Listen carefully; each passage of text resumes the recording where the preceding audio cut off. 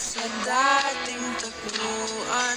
Oo, ang araw ko marinig ang mga himig mo. Hindi ko man alam kung nasan ka.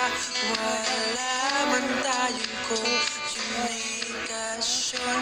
Maghihintay sa'yo buong magdamag dahil ikaw ang buhay.